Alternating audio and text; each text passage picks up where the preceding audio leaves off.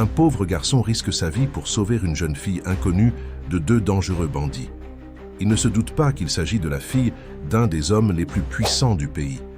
Ce que le père de la jeune fille n'a fait a choqué tout le monde. Si cette histoire vous a intéressé, n'oubliez pas de vous abonner à notre chaîne et de nous dire depuis quelle ville vous nous regardez. On continue l'aventure. Le Montmartre des touristes n'était pas celui que connaissait Léo. Son Montmartre à lui se trouvait dans les ruelles étroites et oubliées, loin des cafés branchés et des ateliers d'artistes. À 17 ans, il connaissait chaque recoin de ce quartier parisien où le luxe côtoyait la misère dans une indifférence presque étudiée. Fils de personne, élevé par tout le monde, il avait fait de la rue son école et de la débrouillardise sa seule compétence. Ce jour-là, la pluie fine qui tombait sur Paris rendait les pavés luisants. Les touristes avaient déserté la butte, laissant les habitants reprendre possession de leur territoire. Léo marchait d'un pas rapide, les mains enfoncées dans les poches de son sweatshirt élimé. Il rentrait au foyer où il logeait temporairement, avant que l'assistant social ne lui trouve une autre solution, toujours temporaire. C'est alors qu'il la vit. Une fille d'à peu près son âge, peut-être un peu plus jeune, qui semblait totalement perdue. Ses vêtements criaient « argent » et naïveté à quiconque savait observer. Dans ce quartier, à cette heure, c'était une invitation au désastre. La jeune fille consultait son téléphone, visiblement désorientée, tandis que 2 hommes commençaient à la suivre à distance. Léo les avait repérés immédiatement. Il connaissait ce regard, cette façon de marcher, cette manière de communiquer par simple hochement de tête. Ces types n'étaient pas du quartier, mais ils y venaient pour travailler. Et cette fille représentait une opportunité trop belle pour être ignorée. Sans réfléchir, il accéléra le pas. Les hommes se rapprochaient dangereusement. La fille, inconsciente du danger, continuait d'avancer vers une ruelle peu fréquentée. Léo la rattrapa juste avant qu'elle ne s'y engage. « Ne va pas par là », dit-il simplement en lui attrapant le bras. Elle sursauta, le dévisageant avec un mélange de surprise et d'indignation. « Lâche-moi » s'écria-t-elle, tentant de se dégager. « Chut ! Suis-moi et fais semblant de me connaître » insista-t-il en baissant la voix. Quelque chose dans son ton dut la convaincre, car elle cessa de se débattre. Léo l'entraîna rapidement dans une autre direction, empruntant un dédale de passage qu'il était seul à connaître. Derrière eux, les 2 hommes avaient accéléré le pas, mais Léo connaissait son territoire. Il fit passer la fille par une porte dérobée qui donnait sur la cour intérieure d'un vieil immeuble. « Qu'est-ce que tu fais » demanda-t-elle essoufflée. « Je t'évite des ennuis », répondit-il simplement. « Ces types te suivaient, et crois-moi, ce n'était pas pour te demander ton chemin. » Elle pâlit légèrement, jetant un regard nerveux vers la porte qu'ils venèrent de franchir. « Comment t'appelles-tu » demanda-t-elle après un moment de silence. « Léo, et toi ?»« Camille. Camille Rousseau. » Ce nom lui disait vaguement quelque chose, mais il n'arrivait pas à savoir pourquoi. La fille, Camille, portait un manteau Burberry et des bottines, en cuir qui valèrent probablement plus que tout ce que Léo avait jamais possédé. Ses longs cheveux châtains étaient parfaitement coiffés malgré l'humidité, et son maquillage discret mettait en valeur ses yeux verts. « Qu'est-ce que tu fais dans ce quartier, toute seule ?» demanda Léo. « Je cherchais la maison d'une amie, » répondit-elle. « J'ai dû me tromper quelque part. » Léo savait qu'elle mentait. Les amis des filles comme elle n'habitaient pas dans cette partie de Montmartre. Mais il ne dit rien. « Tu devrais appeler un taxi, » suggéra-t-il. « Ce n'est pas un endroit pour toi. » Un éclair passa dans les yeux de Camille. « Et quel est l'endroit pour moi, selon toi ?» Sa voix avait pris une intonation hautaine qui rappela à Léo pourquoi il évitait généralement les gens comme elle. « Je ne sais pas. Le 16e, Neuilly, là où les gens ne risquent pas de se faire agresser en pleine rue. » Camille ouvrit la bouche pour répliquer, mais son téléphone sonna. Elle jeta un coup d'œil à l'écran et son visage se ferma. « Je dois répondre, » dit-elle. « C'est mon père. » Elle s'éloigna de quelques pas, laissant Léo seul avec ses pensées. Il entendait des bribes de conversation.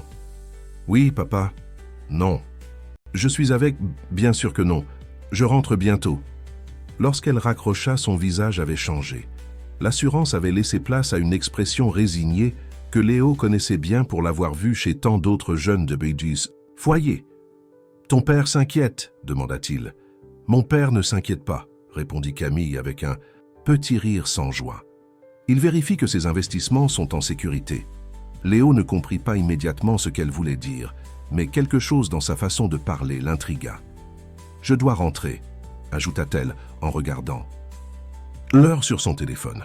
« Je vais t'accompagner jusqu'à la station de métro. » « Ce n'est pas nécessaire. » « Si, ça l'est. » Ils sortirent de l'immeuble par une autre porte, rejoignant une rue plus animée.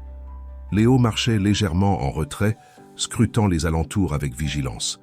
Les hommes semblaient avoir abandonné à leur chasse, mais ils préféraient rester prudents. « Pourquoi m'as-tu aidé ?» demanda soudainement Camille, alors qu'ils approchèrent de la station Abbesse. Léo haussa les épaules. « Pourquoi pas ? La plupart des gens ne feraient pas ça. » Alors, peut-être que je ne suis pas comme la plupart des gens. Camille le dévisagea avec une curiosité nouvelle. Non, dit-elle doucement. Je suppose que non. Ils arrivèrent devant l'entrée Art Nouveau de la station de métro. C'était le moment de se séparer. Merci, dit Camille. Pour, tu sais. Léo acquiesça sans répondre. Il s'apprêtait à tourner les talons quand elle ajouta « Est-ce que tu viens souvent par ici ?» La question le prit au dépourvu. « J'y vis, » répondit-il simplement. « Alors peut-être qu'on se reverra. » Ce n'était pas une question, plutôt une affirmation, comme si elle venait de prendre une décision. Avant qu'il puisse répondre, elle disparut dans les escaliers menant au métro. Léo resta immobile un instant, perplexe. Cette fille était étrange, riche, privilégiée, mais avec quelque chose de cassé dans le regard. Il chassa cette pensée et reprit son chemin vers le foyer. Il avait d'autres préoccupations que les états d'âme d'une fille de bonne famille. Pourtant, le nom de Rousseau continuait de résonner dans son esprit. Où l'avait-il déjà entendu? Ce n'est que le lendemain, en passant devant un kiosque, à journaux qu'il comprit. La une d'un magazine économique affichait le portrait d'un homme d'une cinquantaine d'années, au regard froid. Le titre annonçait Philippe Rousseau, l'homme qui réinvente l'immobilier de luxe parisien. Léo s'arrêta net. Philippe Rousseau. Le père de Camille était l'un des hommes d'affaires les plus puissants de France, connu pour transformer des quartiers entiers en zones réservées aux ultra-riches. L'homme dont le projet de rénovation menaçait de raser le foyer où vivait Léo et des dizaines d'autres jeunes sans ressources. L'ironie de la situation le frappa. Il venait de sauver la fille de l'homme qui s'apprêtait à détruire le peu qu'il avait. Le destin avait décidément un étrange sens de l'humour. 3 jours s'étaient écoulés depuis sa rencontre avec la fille Rousseau, et Léo n'avait pas cessé d'y penser. L'idée que le père de cette fille soit l'homme qui menaçait son refuge le rendait mal à l'aise. Pourtant, quelque chose chez Camille l'intriguait, ce mélange de fragilité et d'arrogance, cette façon qu'elle avait eue de parler de son père. Le foyer Saint-Michel où il résidait était un ancien hôtel particulier reconverti en centre d'accueil pour jeunes en difficulté. Une vingtaine d'adolescents y cohabitaient sous la supervision de travailleurs sociaux. Ces derniers temps, une rumeur persistante circulait. Le bâtiment avait été racheté par un groupe immobilier pour être transformé en résidence de luxe. Personne ne savait où iraient les jeunes si le foyer venait à fermer. Léo était assis sur les marches de l'escalier principal, absorbé dans ses pensées, quand Madame Moreau, l'une des éducatrices, l'appela. « Léo, il y a quelqu'un qui demande à te voir à l'entrée. » Intrigué, il descendit jusqu'au hall d'accueil. Son cœur fit un bond dans sa poitrine quand il reconnut Camille. Elle portait un jean simple et un pull gris, comme si elle avait délibérément choisi des vêtements discrets. Malgré cette tentative, son allure trahissait son milieu social. « Salut », dit-elle avec un sourire hésitant. « J'espère que ça ne te dérange pas que je sois venu. »« Comment m'as-tu trouvé ?» demanda Léo suspicieux.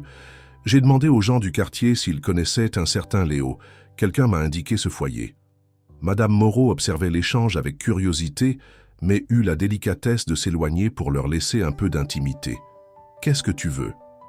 demanda Léo méfiant. « Te remercier correctement, » répondit Camille. « Et peut-être discuter un peu. » Léo hésita. Il n'avait aucune envie de se lier d'amitié avec la fille de Philippe Rousseau, mais il était également curieux de savoir ce qu'elle pouvait bien lui vouloir. « Je n'ai pas beaucoup de temps, » dit-il finalement, « mais on peut marcher un peu. » Ils sortirent du foyer et prirent la direction du petit jardin public voisin. Le temps était clément, et quelques enfants jouaient sous la surveillance de leurs parents. « Alors, c'est ici que tu vis ?» demanda Camille en désignant le bâtiment qu'ils venèrent de quitter. Pour l'instant, répondit Léo, jusqu'à ce que ton père le fasse démolir.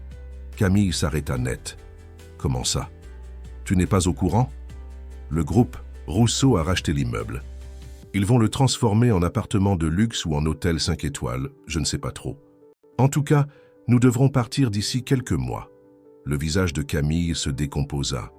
Je ne savais pas, murmura-t-elle. Mon père ne me parle jamais de ses affaires. Bien sûr, répliqua Léo avec amertume. Pourquoi te parlerait-il? Des gens qu'il met à la rue? Un silence inconfortable s'installa. Ils s'assirent sur un banc, regardant les enfants qui jouaient au loin. Je suis désolé, dit finalement Camille. Si j'avais su. Tu n'aurais rien pu faire, coupa Léo. Ton père fait ce qu'il veut. Ce n'est pas si simple, soupira Camille. Mon père, il n'a pas toujours été comme ça. Après la disparition de ma mère, il a changé. Il s'est enfermé dans son travail, dans sa réussite. Parfois, j'ai l'impression qu'il a oublié pourquoi il travaille si dur. Léo observa Camille avec plus d'attention. Derrière son apparence privilégiée se cachait une solitude qu'il n'avait pas soupçonnée. « Que s'est-il passé? Avec ta mère, je veux dire, demanda-t-il radouci. Elle est partie quand j'avais 10 ans. Un jour, elle a fait ses valises et elle a disparu. Mon père m'a dit qu'elle avait besoin de retrouver sa liberté. Je n'ai plus jamais eu de ses nouvelles. Je suis désolé, dit sincèrement Léo. Et toi, ta famille? Léo haussa les épaules. Je n'en ai pas vraiment. Ma mère était trop jeune quand elle m'a eu. Elle a essayé de s'occuper de moi, mais disons que la vie lui a compliqué. La tâche. Je suis passé de foyer en foyer depuis mes 12 ans. Et ton père? Aucune idée. Un type de passage, je suppose. Camille hocha la tête, songeuse. On est différents, toi et moi, dit-elle, mais d'une certaine façon, on est aussi pareils, seuls. Léo aurait voulu protester, lui dire qu'elle ne savait rien de la vraie solitude, celle qui s'accompagne, de la précarité et de l'incertitude quotidienne, mais quelque chose dans son regard l'en empêcha. « Pourquoi es-tu vraiment venu me voir ?» demanda-t-il. Camille hésita avant de répondre. « Je voulais voir si tu étais réel, » dit-elle finalement. Tu es la première personne qui m'a traité normalement, sans chercher à obtenir quelque chose en retour. Les gens que je connais, ils sont tous intéressés par ce que mon père peut leur apporter. Léo ne put s'empêcher de sourire. Je ne savais même pas qui était ton père quand je t'ai aidé. Exactement, sourit Camille à son tour.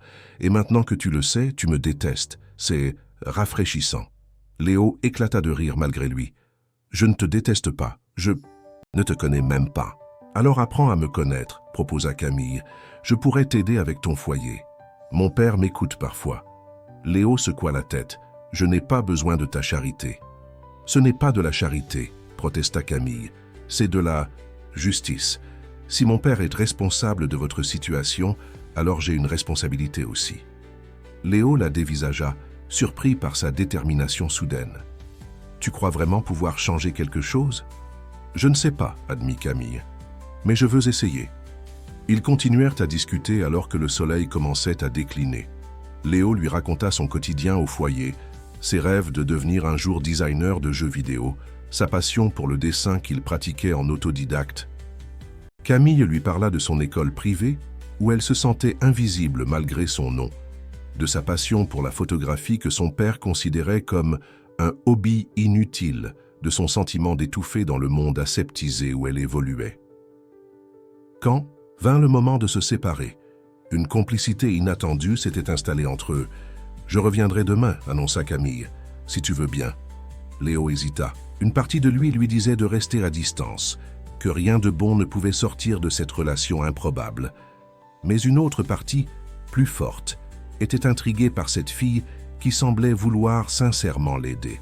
« D'accord, » céda-t-il, « mais pas ici. Retrouve-moi à la place des Abbesses à 15 heures. » Camille hocha la tête, visiblement ravie. « À demain, alors. » Elle s'éloigna, se retournant une dernière fois pour lui adresser un signe de la main avant de disparaître au coin de la rue.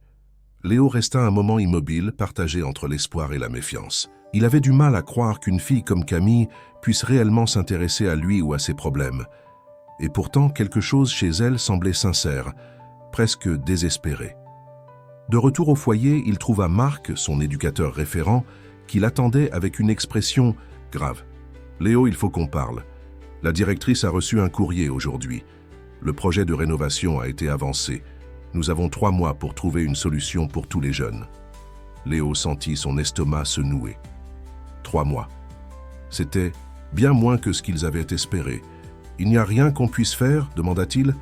Marc soupira. « On cherche des alternatives, mais c'est compliqué. Les centres d'hébergement sont déjà surchargés et trouver un bâtiment adapté dans Paris, c'est presque impossible. » Léo pensa à Camille et à sa promesse d'aider. Était-ce vraiment possible? Pouvait-elle avoir une influence sur son « Père, je connais peut-être quelqu'un qui pourrait nous aider », dit-il finalement. Marc le regarda avec surprise. « Qui ça ?» Léo hésita.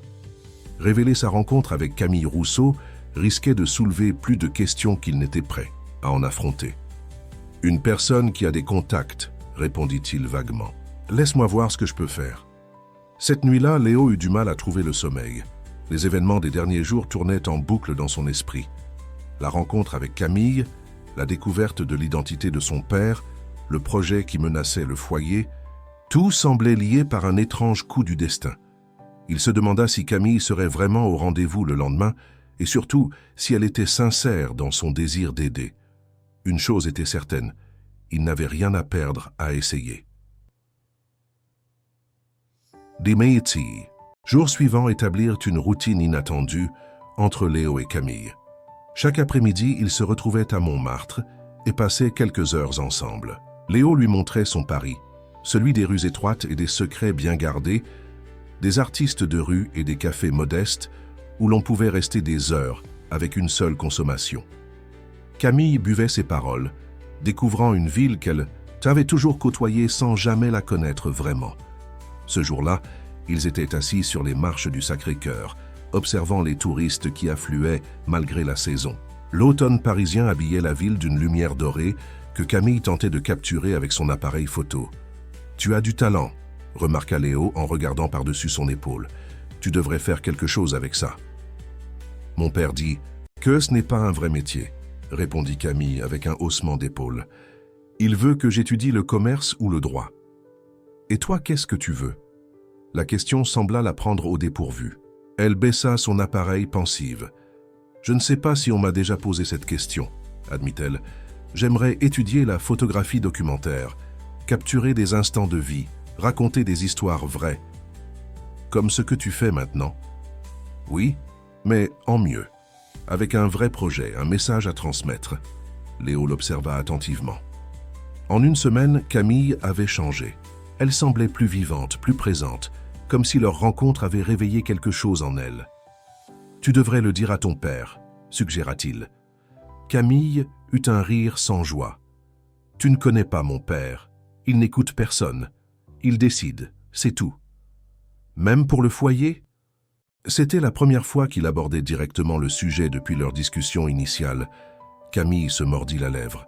« J'ai essayé d'en parler, » dit-elle. Il a dit que c'était une transaction commerciale standard et que ce n'était pas mon problème. Léo sentit la colère monter en lui, mais tenta de la contenir. Ce n'était pas la faute de Camille si son père était un homme d'affaires sans scrupules. Et pour le projet en lui-même, tu sais ce qu'il prévoit exactement? Camille secoua la tête. Il ne parle jamais de ses affaires à la maison, mais elle hésita. Il y a peut-être un moyen de le savoir. Comment? Mon père organise une soirée ce week-end pour présenter ses nouveaux projets à des investisseurs. Je pourrais y faire entrer. Léo la regarda comme si elle avait perdu l'esprit. Moi, dans une soirée avec des millionnaires? Tu plaisantes? Pourquoi pas, insista Camille. Tu pourrais te faire passer pour un serveur ou quelque chose comme ça. Je ne sais même pas comment me comporter dans ce genre d'endroit. C'est facile. Tu souris, tu acquiesces et tu prétends que tout ce qu'ils disent est fascinant. Léo ne put s'empêcher de rire. Tu as une piètre opinion de ton monde. Ce n'est pas mon monde, corrigea Camille. C'est celui de mon père.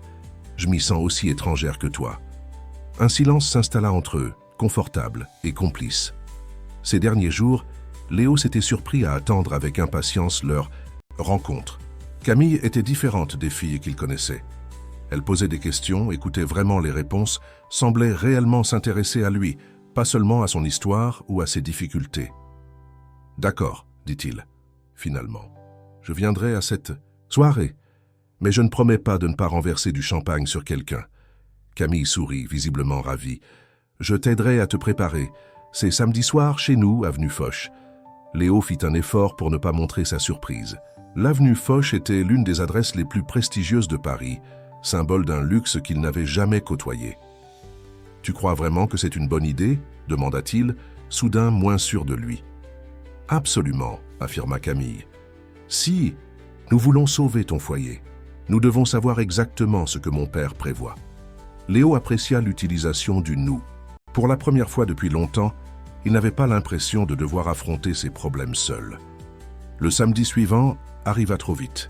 Camille avait fourni à Léo un costume emprunté au fils de leur gouvernante, ainsi que des instructions détaillées pour se rendre discrètement jusqu'à l'office, où il pourrait se mêler au personnel de service.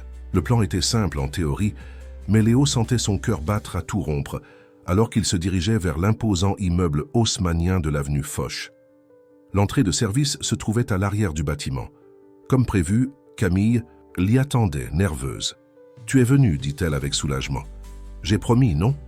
Elle lui tendit un plateau et un nœud papillon. « Tiens, mets ça. La soirée a commencé il y a une demi-heure. Mon père présente son projet dans le grand salon à 21h précise. Essaye de t'y glisser. » Léo ajusta son nœud papillon, se sentant parfaitement ridicule. « Et si quelqu'un me demande quelque chose ? Dis que tu es nouveau et que tu remplaces quelqu'un au pied levé. Personne ne fait vraiment attention au serveur. » Cette remarque lui valut un regard désapprobateur de Léo et elle rougit. « Désolé, ce n'est pas ce que je voulais dire. »« Non, tu as raison, » coupa Léo. « C'est même l'idée. Je serai invisible, c'est parfait. » Il prit une profonde inspiration et entra dans l'office. Une équipe de traiteurs s'activait autour d'immenses plateaux de petits fours et de coupes de champagne. Personne ne sembla remarquer ce nouveau venu. Léo saisit un plateau chargé de flûtes et se dirigea vers le couloir indiqué par Camille. L'appartement. Les Rousseau étaient immenses. Des salons se succédaient, tous décorés avec un goût exquis mais froid, comme si personne n'y vivait vraiment. Les invités, hommes en costumes sombres et femmes en robes de cocktail, discutaient par petits groupes, leur voix formant un bourdonnement continu. Léo avança, proposant des coupes de champagne qu'on prenait sans même le regarder. Il se sentait comme un fantôme, traversant un monde qui ignorait sa présence. Au fond, c'était presque réconfortant. La peur d'être découvert s'estompait à mesure qu'il constatait son invisibilité. Il repéra Camille dans un coin du grand salon. Elle portait une robe noire simple mais élégante, ses cheveux relevés en un chignon sophistiqué. Elle semblait mal à l'aise, répondant poliment mais brièvement aux personnes qui l'abordaient. Leurs regards se croisèrent un instant, et elle lui adressa un imperceptible signe de tête. À 21h précise, un homme frappa légèrement contre son verre pour attirer l'attention. Le silence se fit progressivement. Léo reconnut immédiatement Philippe Rousseau. Grand, élégant, avec des cheveux poivre et sel parfaitement coiffés, il dégageait une autorité naturelle. Son visage aux traits réguliers aurait pu être séduisant s'il n'avait été figé dans une expression de froide détermination. « Mesdames et messieurs, » commença-t-il d'une voix assurée, « merci d'être venus si nombreux ce soir. Comme vous le savez, le groupe Rousseau s'engage depuis toujours dans la valorisation du patrimoine parisien. » Des murmures approbateurs parcoururent l'assemblée. Léo se plaça stratégiquement près d'une colonne d'où il pouvait observer sans être vu.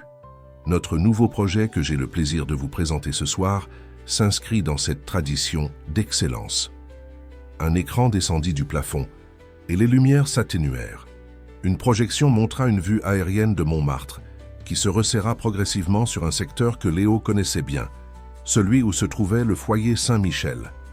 Le quartier nord de Montmartre possède un potentiel extraordinaire, poursuivit Rousseau.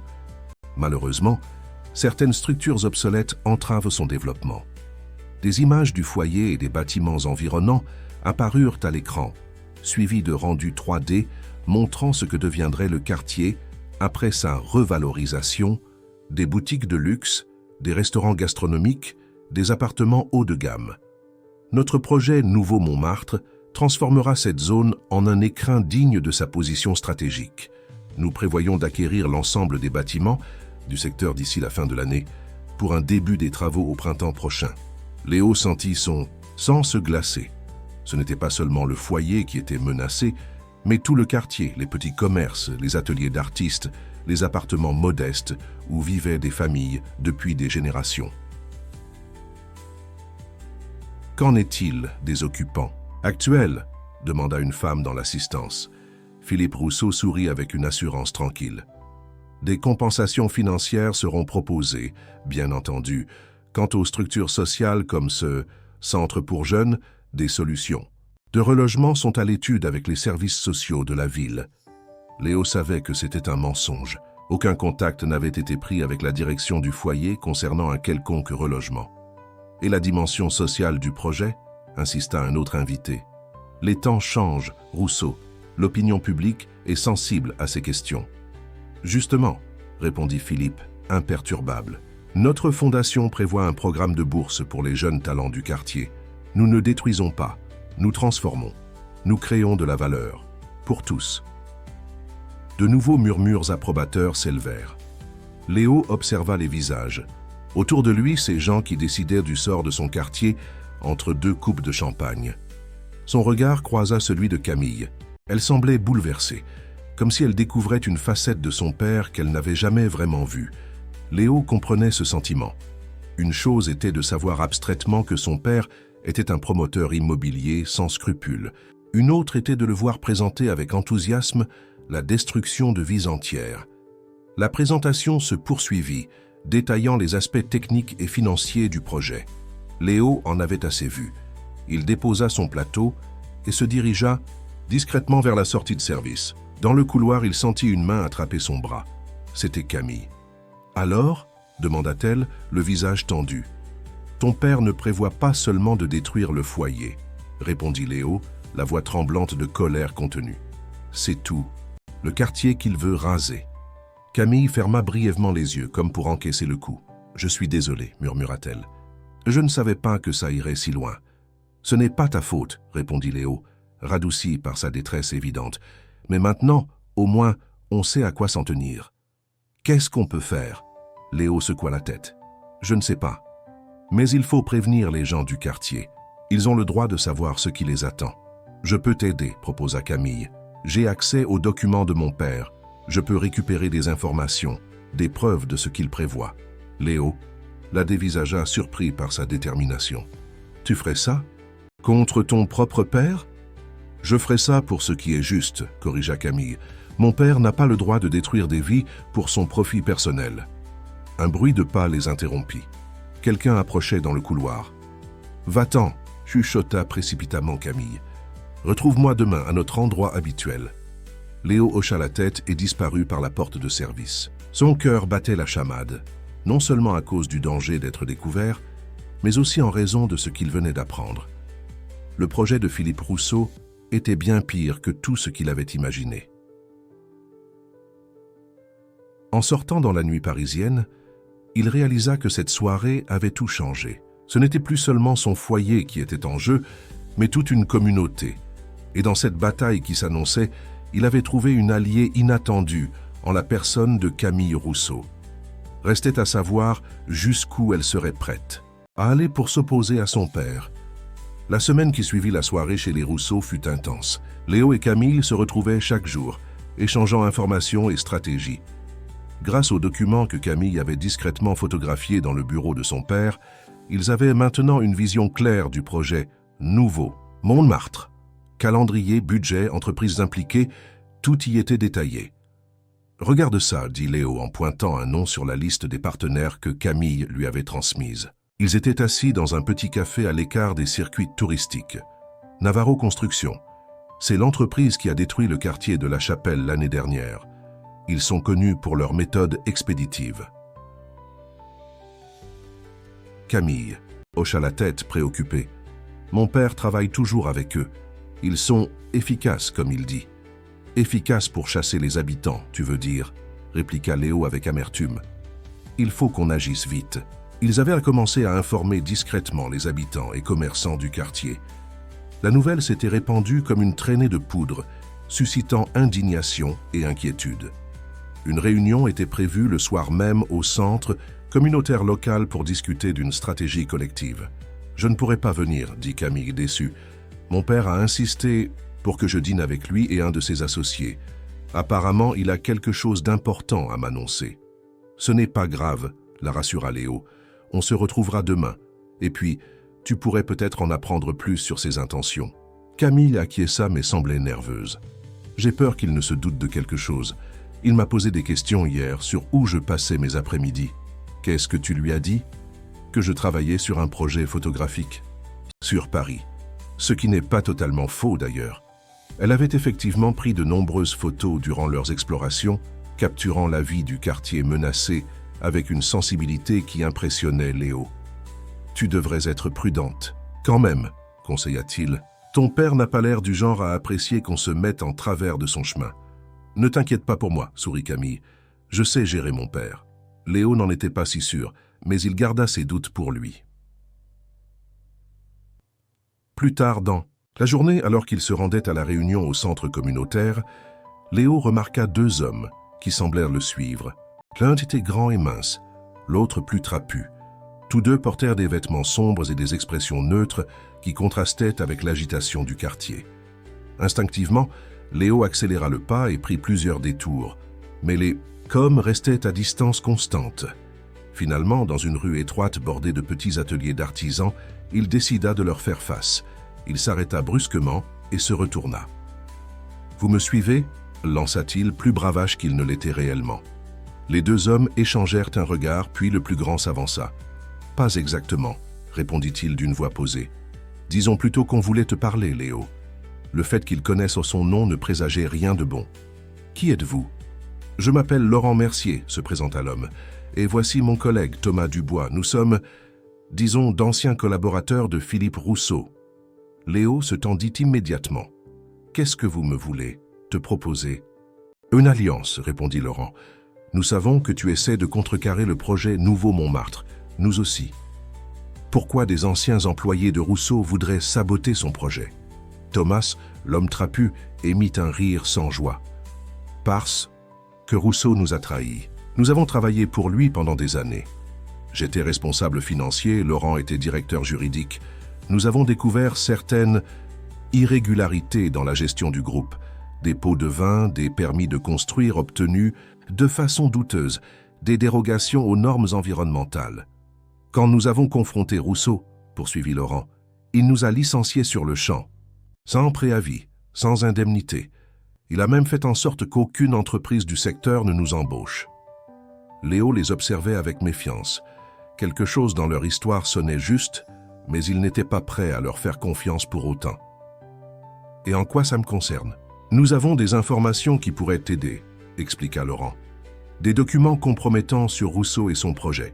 Avec ça, vous pourriez non seulement stopper Nouveau Montmartre, mais aussi faire tomber Rousseau lui-même. Pourquoi ? Ne pas utiliser ces documents vous-même. »« Nous avons essayé, » répondit Thomas. « Mais Rousseau a trop d'influence. Les médias, la justice, la politique, il a des amis partout. Nous avons besoin d'alliés, de personnes directement concernées par le projet, comme toi et comme sa fille. » À la mention de Camille, Léo sentit une alarme s'allumer dans son esprit. « Qui vous a parlé de Camille ?» Les deux hommes échangèrent un nouveau regard. « On vous a vus ensemble, » dit Laurent. « C'est intéressant cette amitié entre le fils de personne et la princesse Rousseau. »« Je ne sais pas ce que vous imaginez, mais Camille est juste une amie, » protesta Léo. « Peu importe, » coupa Thomas. « Ce qui compte, c'est qu'elle a accès à des informations que nous n'avons plus. Si vous travaillez avec nous, nous pouvons faire tomber Rousseau. » Léo hésita. Ces hommes semblaient sincères dans leur ressentiment envers Philippe Rousseau, mais quelque chose le mettait mal à l'aise. « Je dois y réfléchir, » dit-il finalement, « et en parler à d'autres personnes. »« Bien sûr, » acquiesça Laurent avec un sourire qui n'atteignait pas ses yeux. « Voici ma carte. Appelle-nous quand tu auras décidé. » Il tendit une carte de visite sobre à Léo, qui la prit machinalement. « Un dernier conseil, » ajouta Thomas, alors qu'il s'apprêtait à partir. « Méfie-toi de la fille Rousseau. Les pommes ne tombent jamais loin de l'arbre. » Sur ces mots, ils s'éloignèrent, laissant Léo troublé et incertain. La réunion au centre communautaire fut houleuse. Une cinquantaine de personnes s'étaient rassemblées. Commerçants, résidents, travailleurs sociaux du foyer Saint-Michel. Tous étaient inquiets, beaucoup étaient en colère. Les documents fournis par Camille, que Léo avait imprimés et distribués, ne laissaient aucun doute sur les intentions du groupe Rousseau. « Nous devons nous organiser », déclara Madame Tournier, une libraire installée dans le quartier depuis 30 ans. « Former un collectif, alerter les médias. »« Les médias ne s'intéresseront pas à nous », objecta un autre. « Commerçant, Rousseau est trop puissant.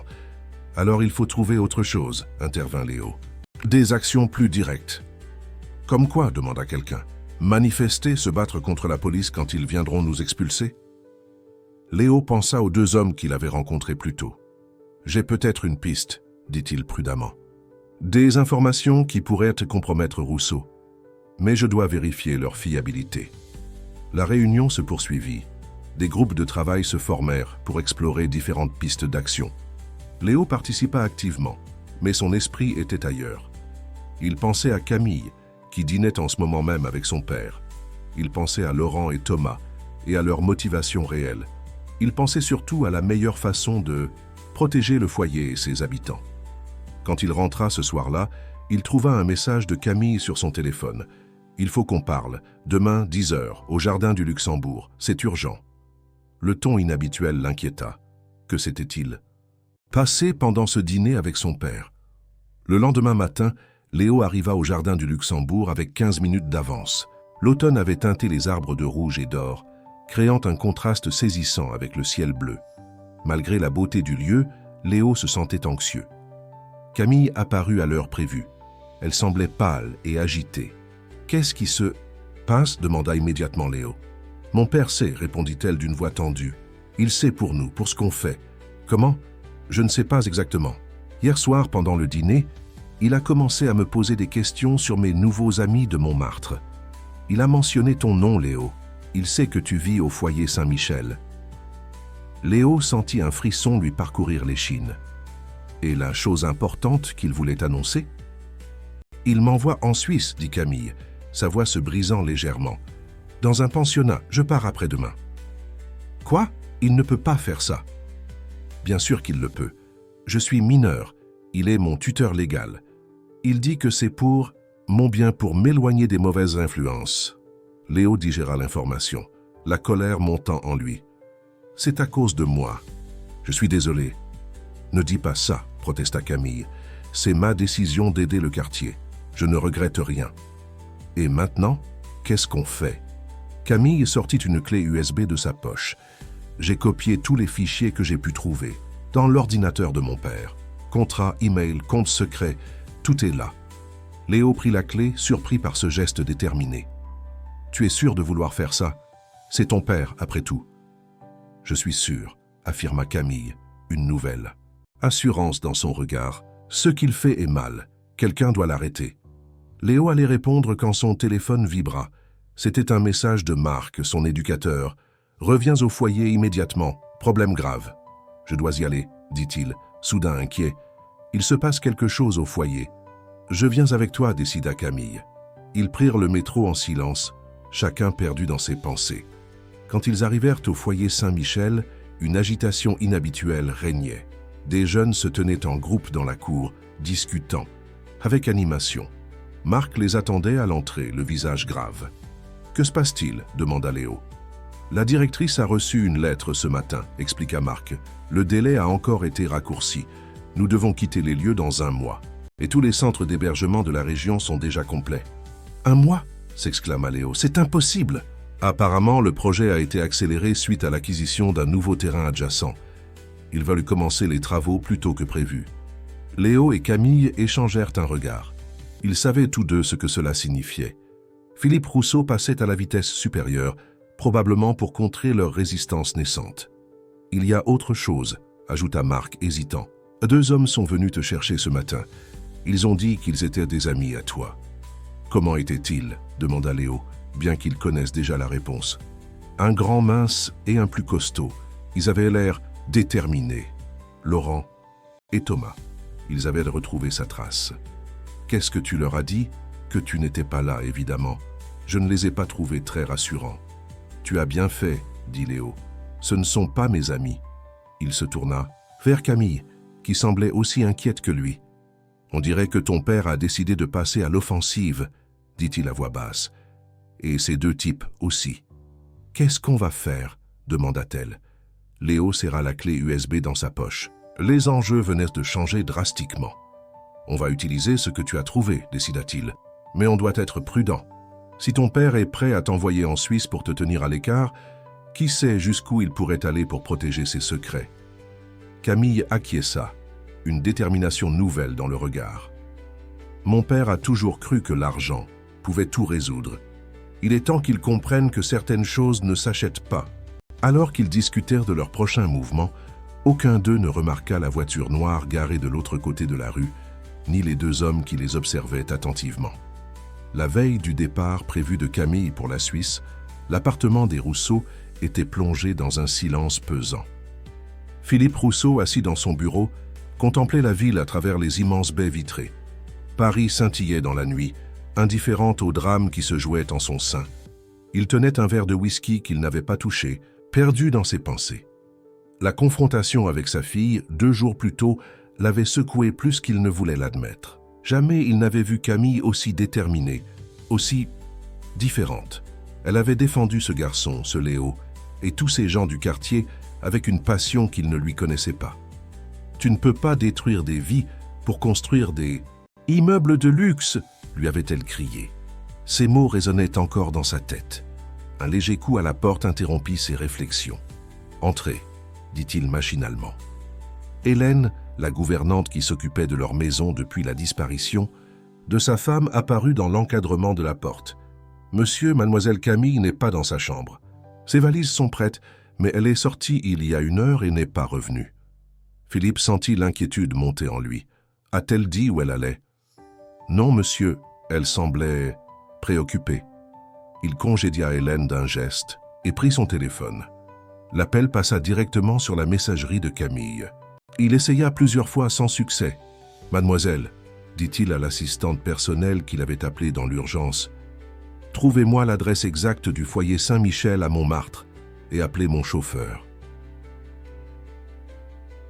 20 minutes plus tard, la berline de Philippe Rousseau s'arrêtait devant le foyer. L'immeuble ancien avait une certaine élégance, malgré son état de délabrement. Philippe observa la façade, se demandant pour la première fois qui vivait réellement dans ces lieux qu'il avait prévu de raser sans état d'âme. À l'accueil, une femme d'une 50aine d'années leva les yeux de son registre lorsqu'il s'y retira. Entra, son expression passa de la surprise à la reconnaissance, puis à une hostilité à peine voilée. « Monsieur Rousseau, » dit-elle froidement, « quelle surprise de vous voir ici. »« Vous me connaissez ?» demanda-t-il, décontenancé. « Tout. Le quartier connaît l'homme qui veut nous expulser, » répondit-elle simplement. « Je suis Madame Leroy, la directrice de ce foyer. Que puis-je faire pour vous ?» Philippe se sentit soudain mal à l'aise, confronté directement aux conséquences de ses décisions. « Je cherche ma fille, Camille. Je pense qu'elle pourrait être venue voir un de vos résidents, un jeune homme nommé Léo. »« Léo n'est pas là, » répondit la directrice, « et votre fille non plus. Ils sont partis ensemble il y a environ 1 heure. Savez-vous où ils sont allés? Non, mais je sais pourquoi ils sont devenus si proches. »« Je vous écoute, » dit Philippe, intrigué malgré lui. « Venez avec moi, » proposa Madame Leroy. « Je vais vous montrer quelque chose. » Elle le conduisit à travers le foyer, lui faisant visiter les espaces communs, la bibliothèque modeste mais chaleureuse, les chambres partagées par les jeunes. Elle lui présenta quelques résidents, lui raconta leurs histoires, leurs difficultés, mais aussi leurs espoirs et leurs talents. « Voici la chambre de Léo, » dit-elle en ouvrant une porte. Il la partage avec 2 autres garçons. Philippe entra dans la petite pièce. 3 lits étroits, 3 armoires, 3 bureaux. Sur l'un d'eux, des dessins étaient éparpillés, des croquis de personnages, de décors, de jeux vidéo imaginaires. Le talent était évident.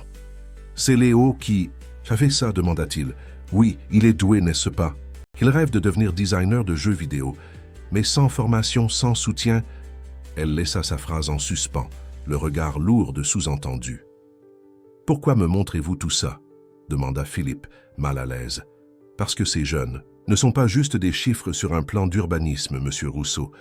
Ce sont des vies, des histoires, des potentiels. Et Léo a sauvé votre fille, vous savez? Comment ça? Il y a quelques semaines, Camille s'était aventurée seule dans le quartier. 2 hommes la suivaient. Léo l'a remarquée et l'a mise en sécurité. Philippe sentit un frisson lui parcourir l'échine. Camille ne lui avait jamais parlé de cet incident. « Quels hommes ?» demanda-t-il soudain inquiet. « Je ne sais pas, mais ils sont revenus chercher Léo récemment. Laurent Mercier et Thomas Dubois, ils se sont présentés ainsi. » Ces noms frappèrent Philippe comme un coup de poing. Ses anciens directeurs, ceux qu'il avait licenciés après qu'ils eurent découvert certaines de ses pratiques douteuses. Ils avaient juré de se venger, mais ils ne les avaient pas pris au sérieux. « Savez-vous où je pourrais trouver Léo et ma fille maintenant ?» demanda-t-il, une urgence nouvelle dans sa voix.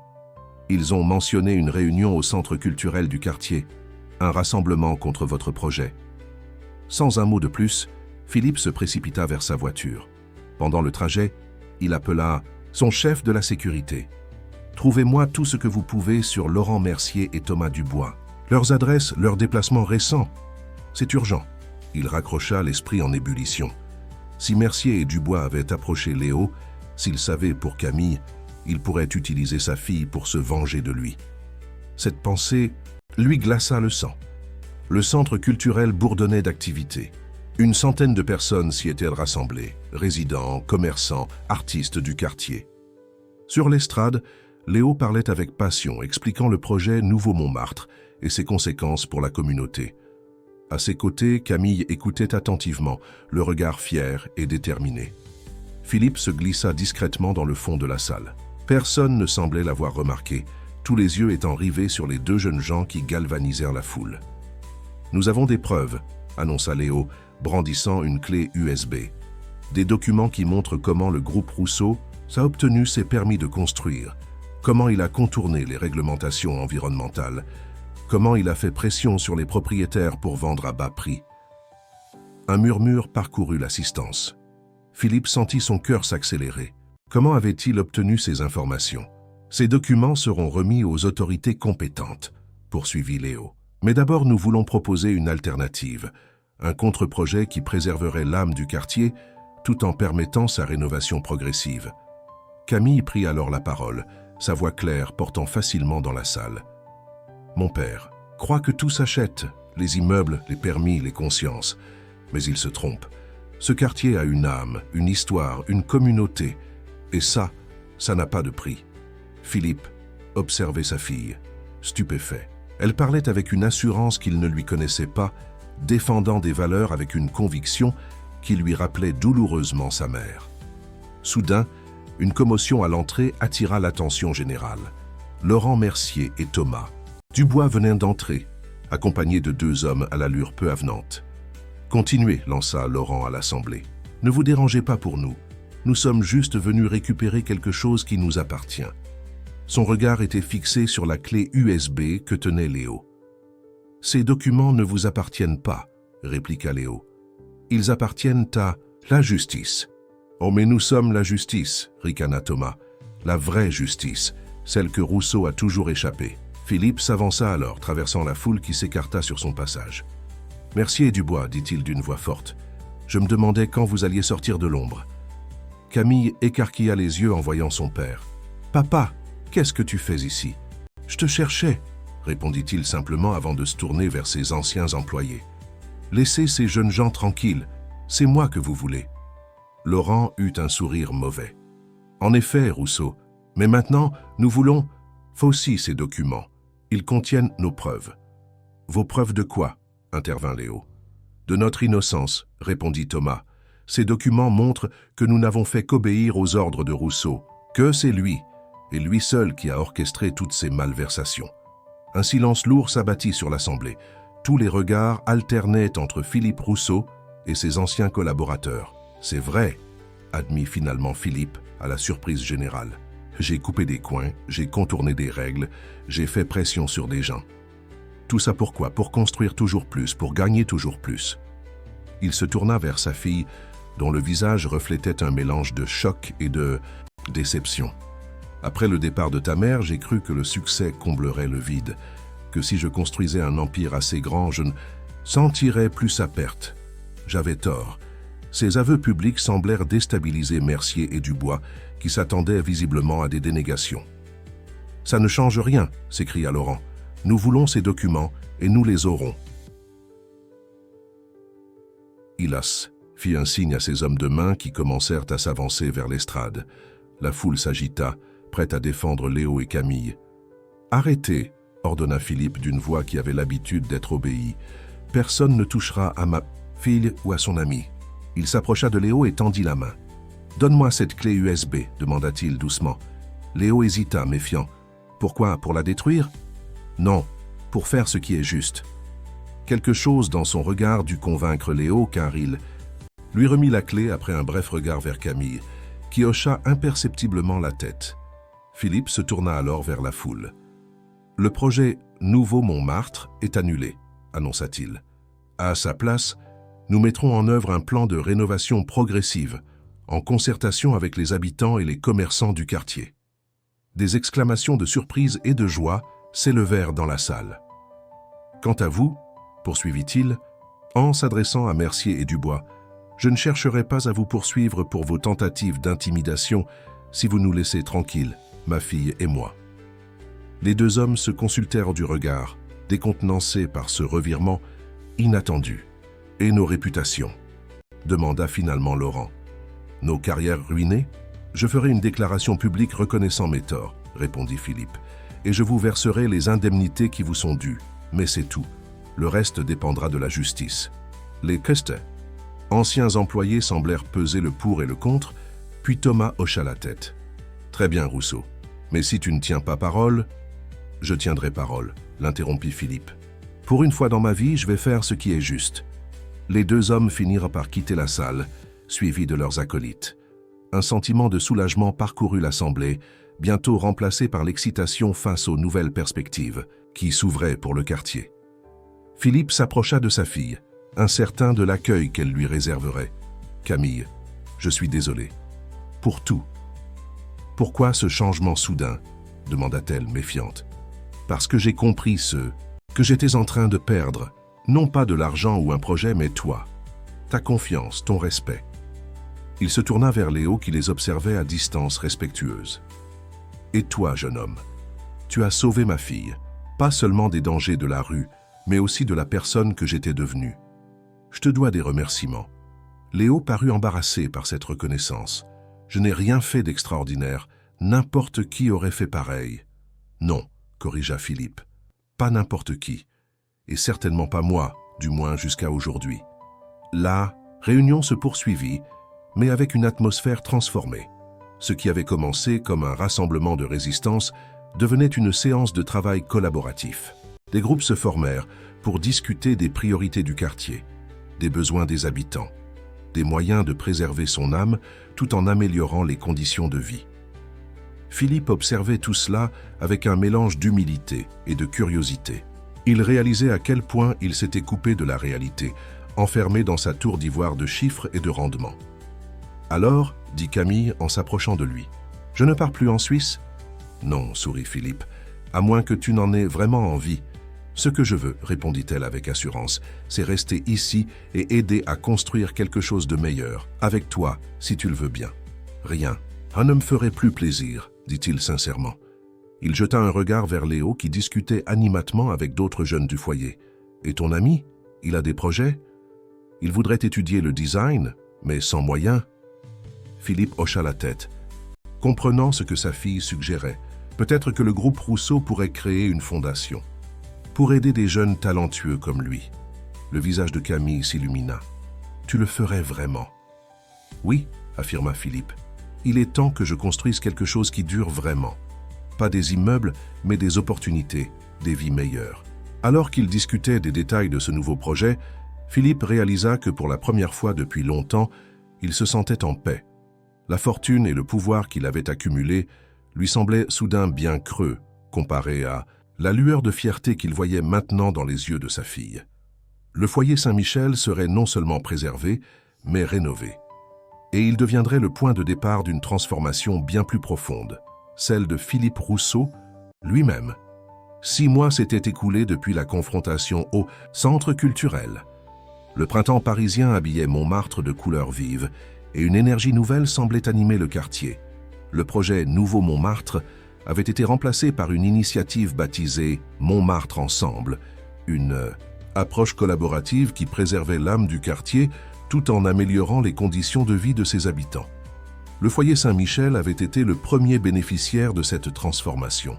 Non seulement il avait été maintenu, mais il avait également été rénové et agrandi, accueillant désormais 2 fois plus de jeunes en difficulté. À côté, dans un ancien atelier réaménagé, un espace de formation au métier du numérique et de l'art avait ouvert ses portes. Ce matin-là, Léo contemplait la façade fraîchement repeinte du bâtiment avec un sentiment de fierté. Tant de choses avaient changé en si peu de temps, à commencer par sa propre vie. « On dirait que tu admires une œuvre d'art », dit une voix familière derrière lui. Camille s'approcha, son appareil photo en bandoulière.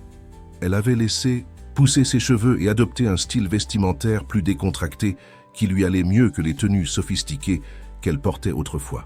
« C'est un peu ça », répondit Léo. « C'est incroyable de voir ce que nous avons accompli. »« Ce que tu as accompli », corrigea Camille. « Sans toi, rien de tout ça ne serait arrivé. »« Sans nous », insista Léo. « Je n'aurais jamais pu le faire seul. » Ils échangèrent un sourire complice. Leur amitié s'était approfondie au fil des mois, évoluant vers quelque chose de plus fort, de plus complexe, qu'aucun d'eux ne cherchait encore à définir. « Mon père nous attend », rappela Camille. « Il a une surprise apparemment. »« Encore une », plaisanta Léo. « La dernière fois, c'était ses ordinateurs ultra performants pour l'atelier de design. » Philippe Rousseau les attendait dans le bureau qu'il avait aménagé au dernier étage du foyer. L'homme d'affaires impitoyable avait laissé place à une version plus humaine, plus accessible. Il portait une simple chemise bleue et des lunettes qui lui donnaient un air de professeur bienveillant. « Ah, vous voilà !» dit-il en les voyant entrer. « Asseyez-vous, j'ai quelque chose d'important à vous annoncer. » Ils prirent place dans les fauteuils disposés devant son bureau. Philippe les observa un instant, une lueur étrange dans le regard. « La Fondation Rousseau pour les jeunes talents est officiellement enregistrée », annonça-t-il. « Le conseil d'administration s'est réuni hier et a approuvé les premières bourses. » Il tendit 2 enveloppes, une à Léo et une à Camille. « Qu'est-ce que c'est » demanda Léo intrigué. « Ouvre et tu verras », répondit Philippe avec un sourire énigmatique. L'enveloppe contenait une lettre officielle annonçant que Léo bénéficiait d'une bourse complète pour intégrer l'École nationale supérieure des arts décoratifs dans la section design numérique. « Mais je n'ai pas postulé », balbutia Léo abasourdi. « J'ai montré ton portfolio au directeur », expliqua Philippe.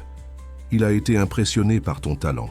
Tu passeras juste un entretien de formalité la semaine prochaine. » Léo resta sans voix, fixant la lettre comme s'il craignait qu'elle ne disparaisse. « Et toi, Camille ?» poursuivit Philippe. « Tu as été acceptée à l'école des Gobelins, section photographie, si tu le souhaites toujours. » Camille ouvrit son enveloppe, confirmant les paroles de son père. Ses yeux s'embuèrent de larmes. « Tu as vraiment fait ça ?» murmura-t-elle. « Tu m'autorises à étudier la photographie. »« Je t'autorise à suivre. Ta passion, » corrigea doucement Philippe. « J'aurais dû le faire depuis longtemps. » La jeune fille se leva pour embrasser son père, qui lui rendit son étreinte avec une émotion palpable. « Merci, » dit simplement Léo, encore sous le choc. « Je ne sais pas quoi dire d'autre. »« Tu n'as pas à me remercier, » répondit Philippe. « Tu as un don, ce serait un gâchis de ne pas le développer. » Il se leva et se dirigea vers la fenêtre, contemplant le quartier qui s'animait en contrebas. « J'ai une dernière chose à vous dire, ou plutôt à te dire, Léo. » Le jeune homme se redressa, soudain inquiet. « Je sais que ta situation administrative est compliquée, » poursuivit Philippe. « Sans parents officiellement présents, avec une majorité qui approche, Léo acquiesça. À 18 ans, il devrait bientôt quitter le foyer, sans réelle solution de logement. « J'ai parlé avec mes avocats et les services sociaux, » continua Philippe. « Si tu es d'accord, je souhaiterais devenir ton tuteur légal jusqu'à ta majorité, puis te proposer un contrat de soutien aux études après. » Un silence stupéfait accueillit cette proposition. « Mon tuteur ?» répéta Léo, incrédule. « Oui, tu vivrais chez nous, avenue Foch. Tu aurais ta propre chambre, ton espace de travail. Bien sûr, tu pourrais continuer à venir au foyer aussi souvent que tu le souhaites. Léo jeta un regard vers Camille, qui semblait aussi surprise que lui. Tu n'es pas obligé d'accepter, ajouta précipitamment Philippe. C'est juste une proposition. Je comprendrais parfaitement que tu préfères garder ton indépendance. Pourquoi? Demanda simplement Léo. Pourquoi feriez-vous ça pour moi? Philippe sembla réfléchir à la question, cherchant les mots justes. Parce que tu as sauvé ma fille, d'abord littéralement, puis en lui montrant une voie qu'elle cherchait sans la trouver. Parce que tu as contribué à me sauver moi-même de ce que j'étais devenu, et parce que je crois que nous pourrions former une sorte de famille, tous les trois. Camille s'approcha de Léo et prit sa main dans la sienne. « Ce serait bien. Tu ne crois pas ?» dit-elle doucement. « De ne plus être seul. » Léo sentit une émotion intense l'envahir. Toute sa vie, il avait cherché sa place, un endroit où il serait accepté pour ce qu'il était vraiment. Et maintenant, cet homme qu'il avait d'abord considéré comme un ennemi lui offrait un foyer, une famille. « J'accepte, » dit-il finalement. « Mais à une condition. »« Laquelle ?» demanda Philippe. « Que vous continuiez à soutenir le projet Montmartre ensemble, même quand ça ne sera plus sous les projecteurs. » Philippe sourit, visiblement touché par cette demande qui montrait le caractère désintéressé du jeune homme. « Tu as ma parole, » promit-il solennellement. « Ce projet est devenu bien plus qu'une opération de relations publiques pour moi. C'est une rédemption. » Les formalités administratives prirent quelques semaines, mais bientôt Léo emménagea dans l'appartement des Rousseau. Sa chambre, spacieuse et lumineuse, donnait sur un petit balcon avec vue sur la tour Eiffel. Philippe y avait fait installer un bureau de designer professionnel et un ordinateur dernier cri. L'adaptation ne fut pas toujours facile. Léo, habitué à la vie collective du foyer, trouvait parfois l'appartement trop silencieux, trop parfait. Philippe, de son côté, devait apprendre à être non plus seulement un pourvoyeur, mais un véritable soutien émotionnel pour deux adolescents. Camille, quant à elle, semblait s'épanouir dans cette nouvelle dynamique familiale, servant souvent de pont entre les deux hommes quand la communication devenait difficile.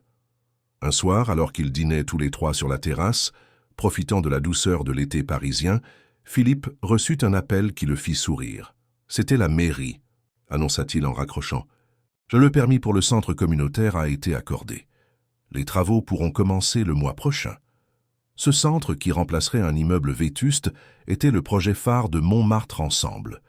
Un espace multigénérationnel comprenant une médiathèque, des salles de répétition pour artistes, un café solidaire et des logements à loyer modéré.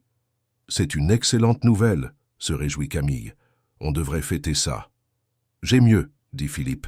« J'ai reçu un message de Marc ce matin. Plusieurs jeunes du foyer ont été acceptés dans des formations grâce aux bourses de la Fondation. » « Lesquels ?» demanda Léo, immédiatement intéressé. « Yasmine en informatique, Karim en cuisine et Sophia en design comme toi. » Léo sourit. « Ça largement. Ces trois-là étaient parmi les plus déterminés du foyer, mais aussi ceux qui avaient le moins de ressources. C'est parfait, dit-il. Sophia a un talent incroyable. Elle dessine depuis qu'elle a 5 ans.